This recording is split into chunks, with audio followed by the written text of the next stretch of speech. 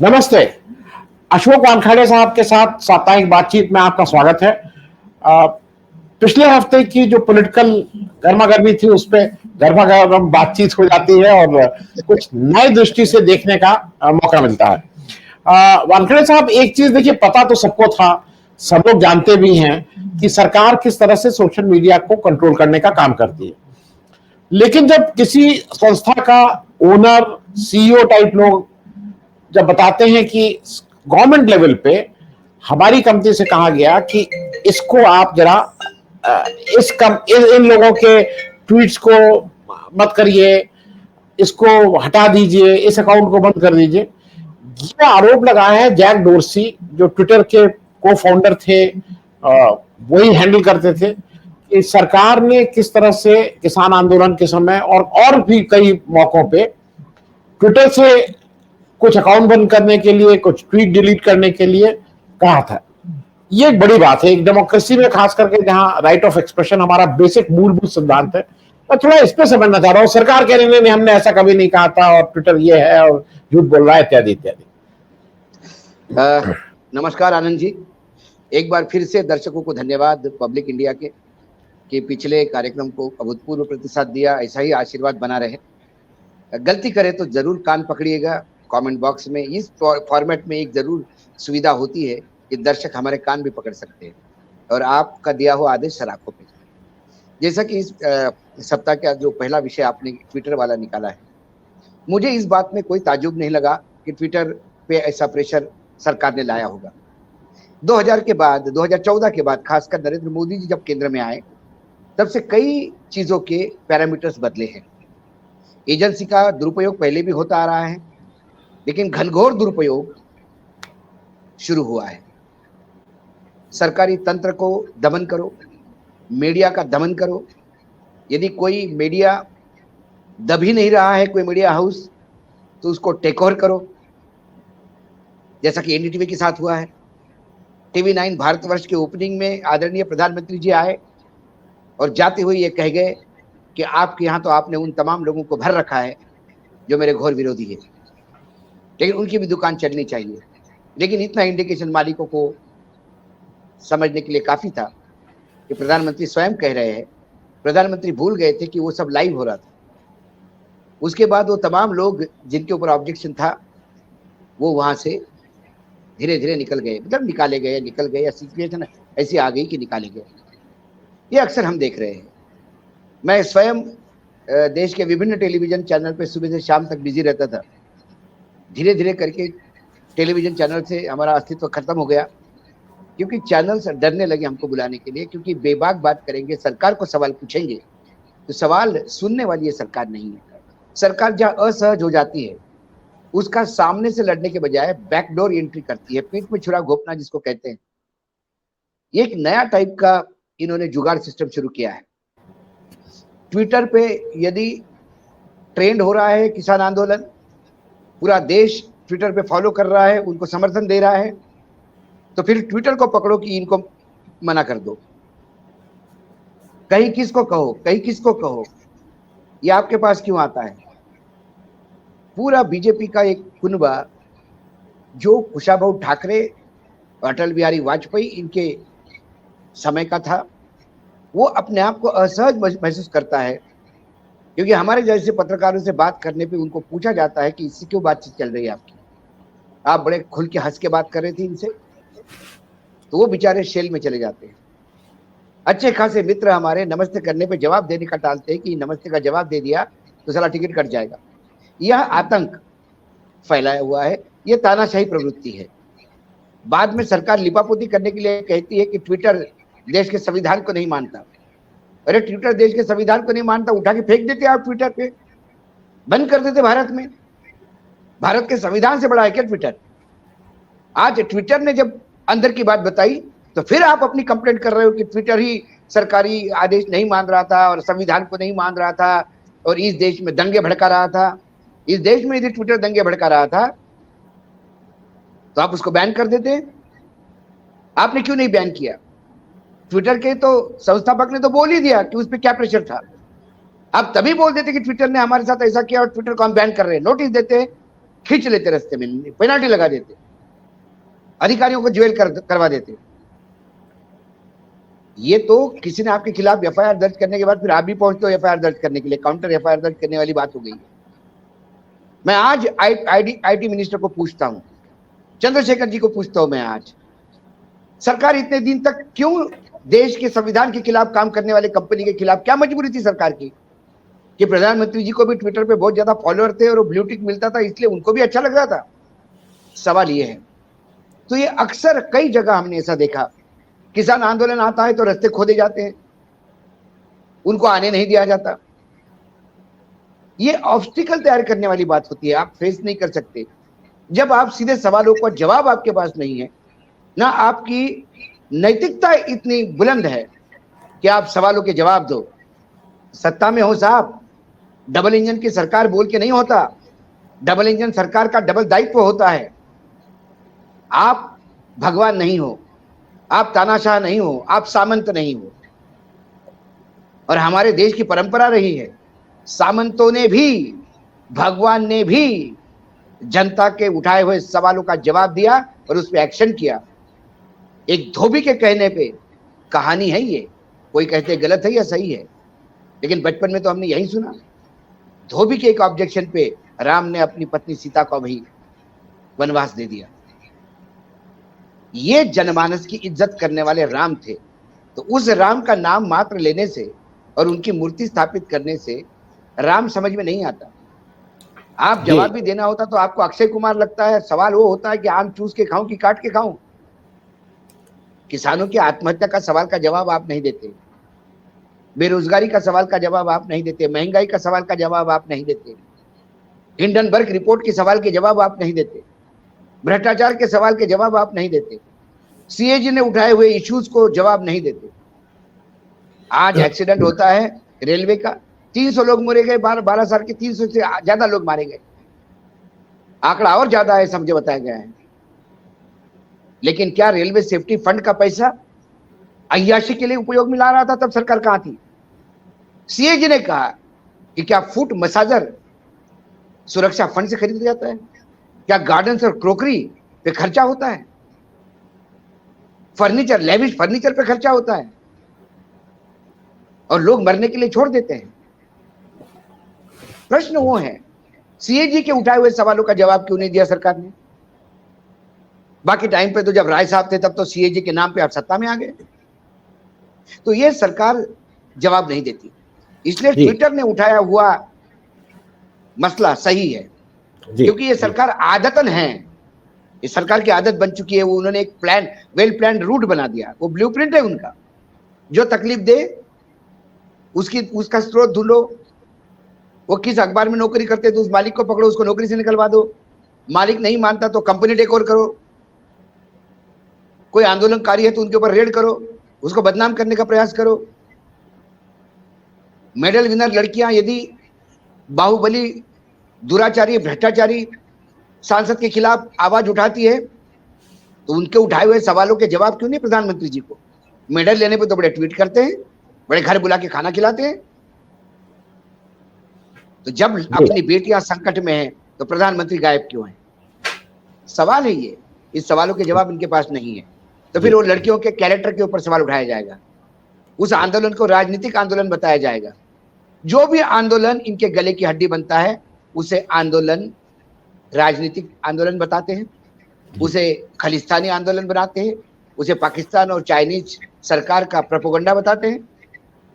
ये इनकी आदत बन चुकी है। इसलिए मुझे ट्विटर के खिलाफ इनके लगाए हुए आरोप कोई तथ्य नहीं दिखता, और ट्विटर ने जो आरोप लगाए उसमें मुझे बहुत सारी बातें दिखती है। और अब जनता को, ये किसी भी भारतीय को ये इससे कोई सरप्राइज नहीं लगा जी। ये ऐसा ही करते हैं।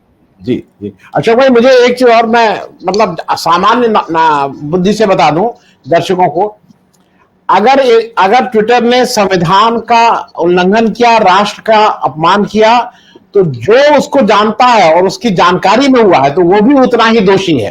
तो ये जो बीजेपी के मंत्री जी अब कह रहे हैं तो दोषी आप भी उतने ही। खैर, मैं एक और छोटी सी बात इसलिए कह रहा हूं कि वो एक संक्षिप्त टिप्पणी है, हम लोग की बिरादरी की बात है इसलिए टिप्पणी है।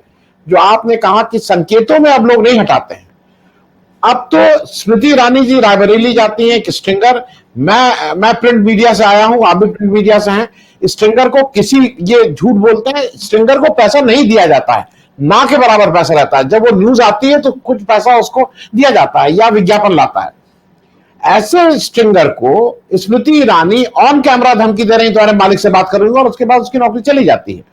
मैं इसलिए एक इस पे बोलना जरूरी है कि अगर हम लोग इस पे अपना स्टैंड नहीं लेंगे तो कहीं ना कहीं हम अपनी बिरादरी के साथ, आपको नहीं लगता है कि फिर तो आप अपना चलाइए ना, फिर आप बंद कर दीजिए मीडिया को यहाँ पे कि कोई सवाल पूछना ही मना है, ले आइए कानून। नहीं तो बिल्कुल, ये तो खुलेआम हो रहा है। स्मृति ईरानी जो धमकी दी जी, तो ऐसी ही तो बात TV9 के शो में प्रधानमंत्री जी ने करी है। प्रधानमंत्री जी जब ये बोलते हैं किसी चैनल के मालिक को, अरे आपने तो उन्हीं लोगों को भर्ती किया जो मेरे विरोधी है, तो आप समझ जाइए उनका मायने क्या है। जी, स्मृति ईरानी और बदतमीजी पे उतर गई, क्योंकि उनका बदतमीजी करने का अधिकार है, जन्मसिद्ध अधिकार है, अभी वर्तमान में सत्ता में है वो, और लोकतांत्रिक मूल्य स्मृति ईरानी के पास भी नहीं है। नहीं तो जो महिला एक ब्रांड बनती है तुलसी के नाम से, और हर घर में एक आइडियल महिला बहू कैसी होनी चाहिए, पूरा देश का रोल मॉडल थी वो हाईकोर्ट में गलत एफिडेविट देती है कि मेरा बच्चों का उस रेस्टोरेंट से कोई लेना देना नहीं गोवा का, और बाद में डॉक्यूमेंट निकलते हैं। जो कोर्ट में न्यायपालिका के सामने झूठ एफिडेविट दे, उनसे क्या अपेक्षा की जा सकती है? जो 10 रुपए सिलेंडर बढ़ने पे चूड़ियां भेंट करने की बात करे, हजारों रुपए इसके ऊपर सिलेंडर चला गया, तो उसको देश के विकास और तरक्की के साथ जोड़ते हैं। ऐसे लोगों को क्या करें? स्मृति ईरानी जी बदतमीजी के लिए जानी जाती है, और बदतमीजी उनका फोटे है, क्योंकि उनको लगता है अभी कि वो सर्वभौम है, वो भगवान है, मां शक्ति की प्रारूप है, इसलिए कुछ भी कह सकती है। निकाल दिया तो निकाल दिया, लेकिन वो जो स्ट्रिंगर है वो अपनी जमीन भी खुद खोद सकता है। हम सबको सब जगह ब्लॉक किया तो हमारे लिए डिजिटल भी तो खुल गया। सुनने के लिए लोग तो आज भी सुनते ही हैं। जो हम शुरुआत में ही कहता हूं कि मैं धन्यवाद देता हूं आपको आपके प्यार के लिए। लोग सुनना क्यों चाहते हैं? कि लोग सच्चाई देखना चाहते हैं। लोग झूठ से परेशान हो चुके हैं। 2014 के बाद सरकार ने जब भी मुंह खोला झूठ ही निकला है। जी जी, तो इसलिए स्मृति ईरानी की इस बात पे हाँ निषेध करना चाहिए हमें। एक पत्रकार होने के नाते हम पूरी ताकत के साथ उसका निषेध करते हैं, और उस स्ट्रिंगर के बिल्कुल पीछे खड़े हैं। हम जितनी हम उसकी मदद कर सकते हैं। दैनिक भास्कर की मजबूरी हो सकती है। दैनिक भास्कर ऑलरेडी एक ईडी की और इनकम टैक्स की रेट झुल चुका है, उससे अभी निकलना बाकी है उनका। तो हमने कई ऐसे देखे चैनल्स जो सबसे तेज और सबसे बड़े हुआ करते थे, जो सरकार को सवाल पूछना अपना कर्तव्य समझते थे, वो अब ब्लैक एंड व्हाइट में चले गए हैं। जी जी, क्योंकि सुनावती भी ईडी का कुछ मसला बाहर आया है। जी, अशोक भाई, आपको सुन के ठीक लगेगा, उस जो स्ट्रिंगर है उसको हम लोग संपर्क में कोशिश करने कर रहे हैं। अगर कहीं नहीं तो हमारे यहाँ तो जगह है ही, मतलब वो आए और हमारे यहाँ करे काम तो बिल्कुल। और उसके मैं एक चीज और, जैसे आपने बदतमीजी का फोटे इनको बताया, उसी तरह से भाजपा में एक मंत्री जो हमारे अमित शाह साहब हैं, तोड़ फोड़ का फोटे उनका है। कहीं भी जाएंगे तोड़ फोड़, नफरत। इधर मणिपुर में अपनी कारस्तानी करके आए हैं, एक अच्छा खासा स्टेट को किस तरह से आपस में लड़वा दिया है, वो मणिपुर जल रहा है। अब वो पहुंच गए हैं तमिलनाडु, और तमिलनाडु में सिंगूर को लेकर मालूम नहीं क्या क्या, न सिर न पैर। एक ऐसा गवर्नर बिठाए हुए हैं जो केवल तमिल अस्मिता को सुबह से शाम तक चीर चीर करने की कोशिश करता है, तमिलनाडु का नाम बदलने की कोशिश करता है। वहां मतलब उसके बाद ये वहां जाके कहते हैं कि 25 सीट इस बार दे दो, सिंगूल देखो हमने तुम्हारा वहां कर दिया। ये चाहते क्या है अमित शाह साहब? मतलब इनके सिंगूल करने से क्या तमिलनाडु इनके पीछे पीछे चल देगा? जब आदमी आनंद जी बौखलाहट में आ जाता है तो अक्सर मूर्खतापूर्ण वक्तव्य देके गलतियों पे गलतियां दोहराता है। लगातार हार से ये बौखला गए हैं। हिमाचल, दिल्ली, कर्नाटक की हार ने तो इनको बिल्कुल पानी पिला दिया है। इनका दिमाग ने काम करना बंद कर दिया। यूपीए की एक खासियत थी दक्षिण उत्तर में नहीं आती तो दक्षिण में साथ मिलता, दक्षिण में सीटें कम होती तो उत्तर में मिल जाती और वो सरकार में बने रहते। ये उत्तर ही उत्तर है, दक्षिण में जीरो है। जिस दक्षिण में प्रवेश द्वार था कर्नाटक, वहां कर्नाटक के लोगों ने बेरंग वापस भेज दिया। वहां लोगों ने, इन्होंने कहा कि मुझे 80 गालियां दी, लोगों ने इंडोर्स कर दी कि हो सकता है कि आप गाली लायक भी हो। भाई नतीजे तो यही बताते हैं। आपने बजरंग बली का नाम लिया, बजरंग बली ने आपके भ्रष्टाचार की नली तोड़ दी। आप लेफ्ट राइट सेंटर सब दूर हारे। आप लिंगायत से लेके वोकालिका से लेके ट्राइबल तक हारे। आप अपना जो कोस्टल कर्नाटका है, जो गढ़ हुआ करता था, बागलकोट जैसी सीट, वो भी आप हार गए। इसके मायने ये है कि आपका झूठ और झूठ अब लोग सुन सुन के थक गए हैं। आपकी लब्बाजी, आपका जो सिंपैथी कार्ड है, वो कार्ड भी अब चलने नहीं वाला है। ये बात है। अब ये तमिलनाडु में, ये दक्षिण भारत की तरफ देख रहे हैं। गवर्नर साहब लगातार तमिल अस्मिता पे मार करते हैं। मैं आपको बता दूं, यदि भारत में कहीं बीजेपी है पूरी ताकत के साथ, तो वो मात्र गुजरात में है। और वो गुजरात में गुजरात की अस्मिता पे है, क्योंकि गुजरात देश को प्रधानमंत्री दे रहा है। तो ये गुजरात की अस्मिता है, तो उस प्रधानमंत्री के साथ चाहे सरकार कितनी भी बुरी हो, गुजरात की जनता खड़ी होती है और आप लगातार वहां जीत रहे हैं। 2018 से लेके 2023 तक, कर्नाटक चुनाव तक, इस देश में 31 विधानसभाओं के चुनाव हुए। उस 31 विधानसभा के चुनाव में मात्र 6 राज्य ऐसे हैं जहां भारतीय जनता पार्टी जीती है। बाकी जगह इनकी जुगाड़ की सरकार है, उधार के सिंदूर पे टिकी हुई। उसमें गुजरात, उत्तर प्रदेश, आसाम, अरुणाचल, त्रिपुरा और उत्तराखंड। आसाम और उत्तराखंड यदि देखें तो वहां कांग्रेस के एमएलए ज्यादा है जो कांग्रेस से आए हैं। वो भी उधार के सिंदूर पे ही मैं मानता हूं। आसाम में तो मुख्यमंत्री कांग्रेस ही है। उत्तर प्रदेश में मायावती, आप स्वयं बैठे आनंद जी, मायावती यदि नहीं साथ देती तो 153 सीटों पे इनकी हार निश्चित थी, जो वर्तमान में जीते हैं उनमें से। और वर्तमान में जो सीटें हैं उनमें से 153 बार हटाइए तो आपको समझ में आ जाएगा इनका आंकड़ा क्या है। अरुणाचल प्रदेश और त्रिपुरा बहुत छोटे राज्य है, इतने मायना नहीं रखते। फिर बाकी बचा गुजरात, तो ये तो गुजरात की रीजनल पार्टी हो गई। तो ये आप दक्षिण में हाथ पैर मार रहे हैं। ये कह रहे हैं कि दक्षिण का प्राइम मिनिस्टर क्यों नहीं हो सकता। अब ये तमिलनाडु का लॉलीपॉप दे रहे हैं प्राइम मिनिस्टर बनाने का। ये सिंगल उसकी जो राजदंड जिसको कहते हैं हम, आपको मैं बता दूं, अभी मीडिया की बात हो रही थी तो एक और मैं आपको इंफॉर्मेशन दे दूं कि हिंदू की जो अखबार के ग्रुप की चेयरमैन थी, हिंदू अखबार की, ट्रस्ट ने उसका इस्तीफा ले लिया, क्योंकि उसने वो फेक स्टोरी चलाई जिसमें जवाहरलाल नेहरू, माउंटबेटन और राजगोपालाचारी की बातचीत का जिक्र है। वो ऐसा कभी हुआ ही नहीं। यन राम जो अभी रिटायर्ड है, उन्होंने पूरा रिसर्च करके यह बात बताई कि ना राजगोपालाचारी का कुछ में रोल था, ना कोई माउंटबेटन का रोल था। कुछ तमिलनाडु के मठ के लोग जवाहरलाल नेहरू को मिलने गए, और तब तो प्रधानमंत्री को मिलना आसान हुआ करता था। वो मिलने गए, उन्होंने कुछ प्रसाद दिया, और जैसा किसी भी नेता के पास कोई महंत जाता है तो प्रसाद देता है, अपने वो मंदिर का फोटो देता है, वैसा उन्होंने वो सिंगोर दे दिया, हाथ में थमा दिया इनके, और जवाहरलाल नेहरू ने उठा के साइड को रख दिया उसको।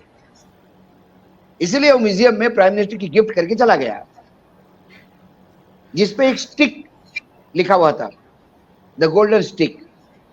उसी को प्रधानमंत्री ने मन की बात में झूठ बोल के ये कहा कि वो वॉकिंग स्टिक थी। वॉकिंग ये शब्द कतई नहीं था उसमें।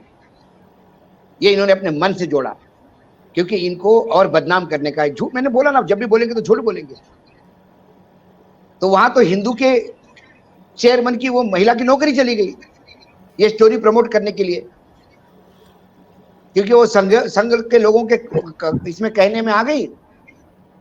और संघ के तमिलनाडु में कौन ऑपरेटर है, नाम लेने की जरूरत ही नहीं है, चार्टर्ड अकाउंटेंट साहब जी। तो कुल मिलाकर ये दक्षिण में जाके यदि वो तमिल अस्मिता को झेलेंगे, बंगाल में बंगाल अस्मिता के साथ इन्होंने खेल लिया, मुंह जल गया। महाराष्ट्र में महाराष्ट्र अस्मिता के साथ इन्होंने खेल लिया। कहां खेल लिया?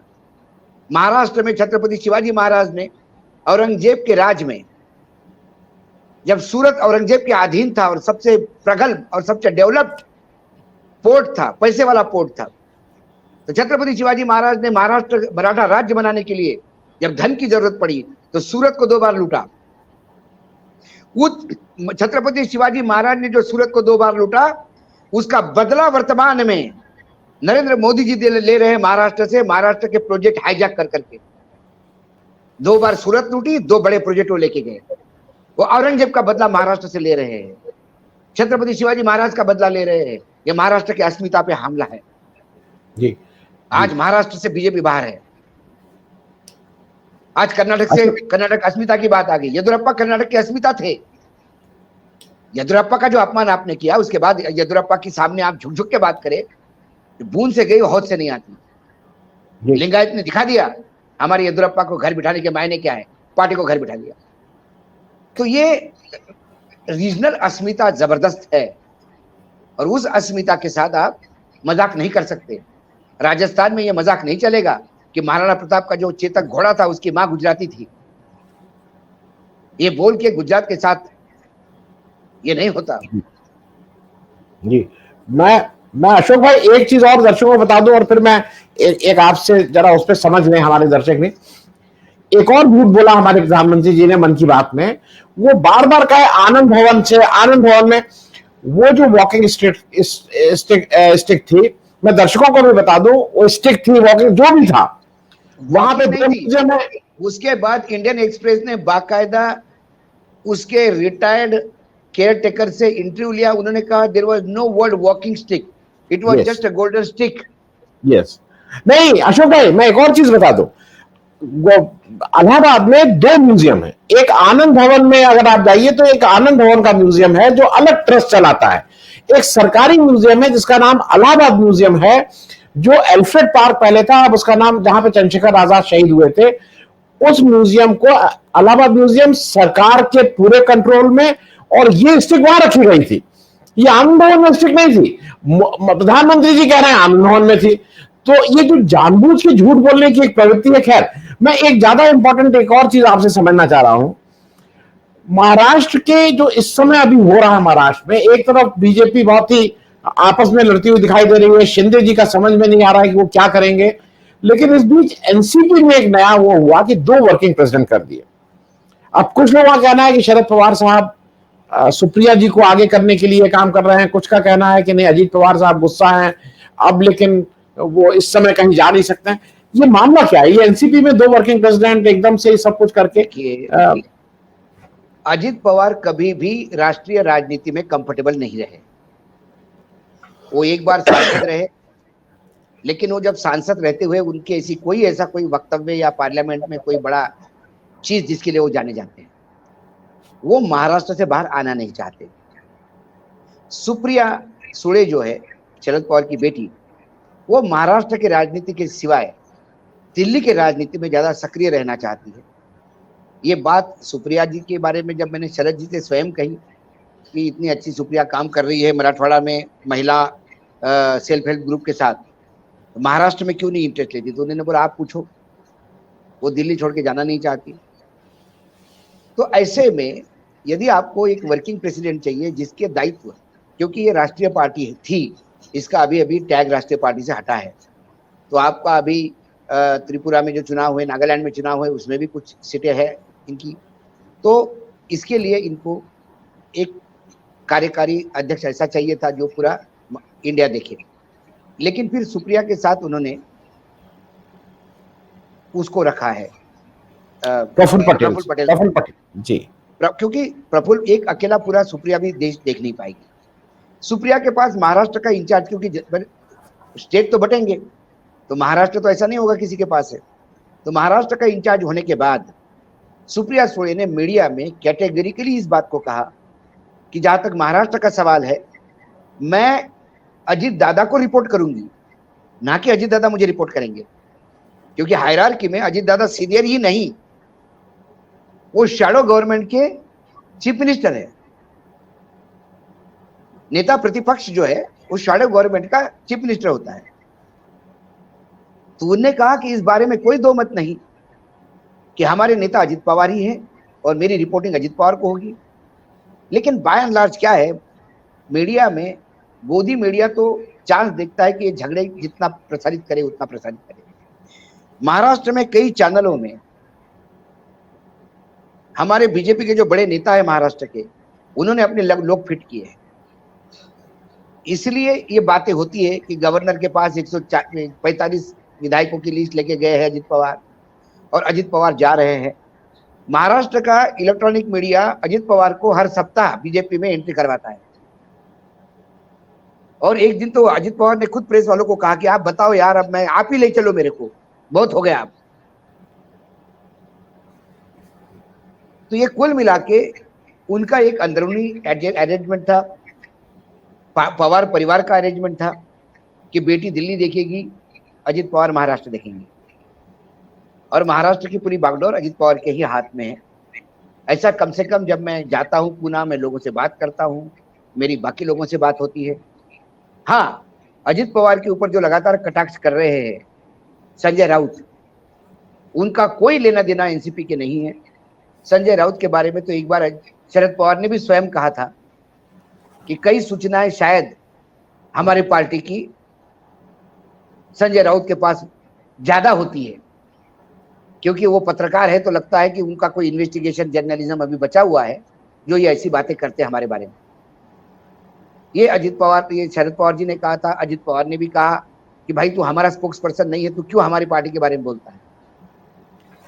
जी, लेकिन जी। अजित पवार, लेकिन वो संजय राउत को प्रॉब्लम है, कैमरा दिखते से वो अंदर से उफान आ जाता है उनको, छपास और दिखास का भयानक रोग है उनको, तो वो ऐसा टीआरपी बटोरते रहते हैं चैनल उनसे बुलवा बुलवा के। लेकिन महाविकास आघाड़ी शांत है, चुनाव डट के लड़ा जाएगा, और बीजेपी और शिंदे की जो सरकार है उसमें विधानसभा में 50 का आंकड़ा पार करना मुश्किल है, और लोकसभा में 6 का आंकड़ा पार करना मुश्किल है। तो मैं आज बता देता हूं आपको, मैं अकेला नहीं, विभिन्न सर्वे भी यही बता रहे हैं। जी, जी। मैं अशोक भाई, मैं एक चीज और इसलिए, क्योंकि थोड़ा एनसीपी का मैं दर्शकों को भी क्लियर कर लूं। जब शरद पवार साहब ने एनसीपी बनाई थी तो उस समय फॉर्मेशन में बहुत ध्यान रखा गया था। पीए संगमा साहब north east Christian, x speaker Tariq Anwar साहब हिंदी हार्टलैंड मुसलमान, खुद मराठा, इन सब का ध्यान रखा था और इन सबको प्रोमिनेंट। आज एनसीपी, मतलब वो जो भी कहा उन्होंने कई वो, लेकिन वो रिस्ट्रिक्ट हो गई है केवल महाराष्ट्र तक। आज महाराष्ट्र से बाहर एनसीपी का कोई मतलब नहीं है। नहीं, देखिए, जब ये पार्टी से अलग हुए तो सोनिया गांधी के खिलाफ आवाज उठा के, विदेशी मुद्दा उठा के वो बाहर हो गए। उसी मुद्दे को देखते हुए तारिक अनवर और संगमा साहब साथ हो गए थे। बाद में महाराष्ट्र में इन्होंने तुरंत कांग्रेस के साथ मिलकर सरकार बनाई। तब से संगमा साहब नाराज थे कि हमने एक इशू पे यदि हम किए तो सत्ता के लिए हम साथ नहीं जाना चाहिए। संगमा साहब का पहला विकेट चला गया। तारिक अनवर काफी दिन तक रहे, फिर उनको लगा कि इनके थ्रू कांग्रेस से हाथ मिलाने के बजाय डायरेक्टली कांग्रेस ही बन जाओ, ओरिजिनल कांग्रेस ही थे, वापस कांग्रेस में चले गए। और इन्होंने एक बात देखी कि ये पार्टी आखिर महाराष्ट्र की एक रीजनल पार्टी है। नेशनल स्टेटस भले ही आपको हो, तो गुजरात में जो इनके 2 एमएलए आते हैं वो एमएलए स्वयंभू एमएलए हैं, उनको सिर्फ सिंबल चाहिए होता है। अब इस बार सरप्राइजिंगली समाजवादी पार्टी ने उनको सिंबल दिया जी। जो एनसीपी का विधायक था उसने समाजवादी के पार्टी के सिंबल पे टिकट चुनाव लड़ा और जीत गया वो। तो हम ये समझेंगे कि समाजवादी पार्टी ने खाता खोल लिया? नहीं, वो स्वयंभू है, वो अपना जीतता है, किसी भी पार्टी से हो उसका वो अपना एक वोट बैंक है वहां पे। ऐसे 2 विधायक वहां से हुआ करते थे। नॉर्थ ईस्ट में ऐसा ही था इनका, एक हाथ गोवा में आ जाता था महाराष्ट्रवादी गोमंतक पार्टी वगैरह से मिलके, क्योंकि मराठी है तो वहाँ कांग्रेस का वजूद है, थोड़ा बहुत ये भी वजूद है। तो बाकी जगह सब जगह सिमटते गए तो नेशनल स्टेटस चला गया। ये पार्टी महाराष्ट्र के बाहर कभी नहीं रही है। और महाराष्ट्र में भी 288 का हाउस है महाराष्ट्र का, उसमें 80 सीटें भी कभी विधानसभा में शरद जी नहीं लाए हैं। जी। मतलब आप समझ सकते हैं, एक 1/4 भी नहीं सीटें ला पाए, लेकिन फिर हर बार कांग्रेस के साथ मिलकर वो सरकार बना लेते हैं। इस बार इन्होंने 3 पार्टियां बना के सरकार बनाई, क्योंकि अलग अलग कुनबे को जोड़कर सरकार बनाना, इसका यदि ओरिजिनल कोई खिलाड़ी होगा तो शरद पवार है। उम्र के 32 साल की उम्र में वो महाराष्ट्र के मुख्यमंत्री बने थे, जो सबसे कॉम्प्लेक्स स्टेट था, और विभिन्न राजनीतिक दलों को जोड़ के उन्होंने कांग्रेस के खिलाफ ही अपनी पुरोगामी लोकशाही आघाड़ी पुलोद करके एक फ्रंट बनाया और वो सरकार बनाई। जी जी तो जी वही उसका ही उपयोग अब केंद्र में भी विरोधियों को इकट्ठा करने के लिए कभी कभी करते रहते हैं। जी। और अशोक जी मतलब एक दिन कहीं किसी और दिन इस पे चर्चा करेंगे। जब वो चीफ मिनिस्टर बने थे तो उस समय कांग्रेस के बड़े बड़े लीडर और विपक्ष के बड़े बड़े लीडर महाराष्ट्र में एक्टिव थे और उनकी अपनी सबकी जमीन थी। कोई ऐसे लीडर के बीच में वो करना। शंकरराव चव्हाण, यशवंतराव चव्हाण, शंकरराव चव्हाण, वसंतराव नाईक, और उसके बाद वसंत दादा पाटिल, ये ऐसे लोग थे, लेकिन इन्होंने सबको तोड़ा और ऐसा कुनबा जोड़ा भानुमति का कि मुख्यमंत्री बन गए भाई। जी जी चलिए अशोक जी, बहुत बहुत धन्यवाद बात करने के लिए। अगले हफ्ते तब तक विपक्ष की शायद मीटिंग होने वाली होगी, बहुत सी चीजें, हाँ वो होगा, कुछ और भी मीटिंग होगी, प्रधानमंत्री जी का अमेरिका का दौरा होगा, हाँ ये सब हो जाएगा। तो लोग तो कुछ नई 21 बातों तोपों की सलामी, लोग तो 21 तोपों की सलामी और घर में खुद बुला के रात को अपने घर में डिनर देने की बात बड़ी चढ़ा चढ़ा के बताएंगे। लेकिन हम प्रयास करेंगे कि वहाँ डील कौन से होते हैं, उस डील में हमने क्या पाया और क्या खोया। हाँ, और वो ज्यादा इंपॉर्टेंट है क्योंकि लोगों का कहना है कि अमेरिका चूंकि हिंदुस्तान से बहुत कुछ लेना है उसको, इसलिए सारा कुछ है। अमेरिका से बड़ा व्यापारी कोई नहीं है जी। और अमेरिका से बड़ा बनिया, हार्डकोर बनिया, जो अपने प्रॉफिट के लिए किसी को नहीं छोड़ता, उसका नाम अमेरिका है। जी, जी। समय बताएगा। जी, थैंक यू अशोक जी, बहुत बहुत धन्यवाद।